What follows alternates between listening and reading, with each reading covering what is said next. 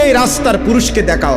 তুমি একজন নারী, কন্যা, বোন আমার, তুমি বলো তোমার কয়টা বেড়া দরকার, কয় পুরুষে তোমার তৃপ্তি হবে, তুমি বলো। একজন নারীকে বলেন, একজন বেহায়া বেপর্দা নারীকে বলেন, হে বেহায়া নারী, কতটা বেড়া হইলে, কত পুরুষ তোরে দেখলে তোর তৃপ্তি হবে? বলেন তাকে। তুমি এত বেড়াই তোরে দেখাও কিত্তা, তুমি এত বেড়াই দিয়ে করবা কি?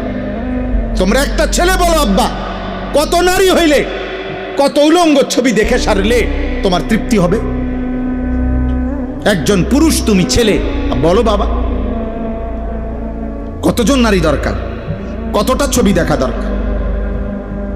আমরা তাফসীরের মধ্যে পড়ছি,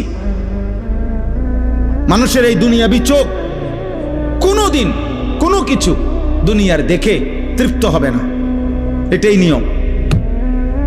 দুনিয়াবি কোনো কিছু দেখে কখনো মানুষের চোখ তৃপ্ত হয় না। তাহলে মানুষের চোখ তৃপ্ত হবে কখন? আল্লাহ কোরআনে স্পষ্ট বলছে, জান্নাতের এক এক নিয়ামত দেখবে। আল্লাহ তাআলা বলেন, ফালা তা'লামু নাফসুম মা উখফিয়া লাহুম মিন কুররাতি আ'য়ুন।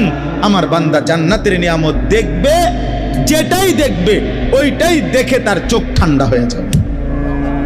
অর্থ হইল, দুনিয়াতে কেউ যদি পৃথিবীর সবচেয়ে সুন্দরী নারী, একেবারে সবচেয়ে সুন্দরী, এক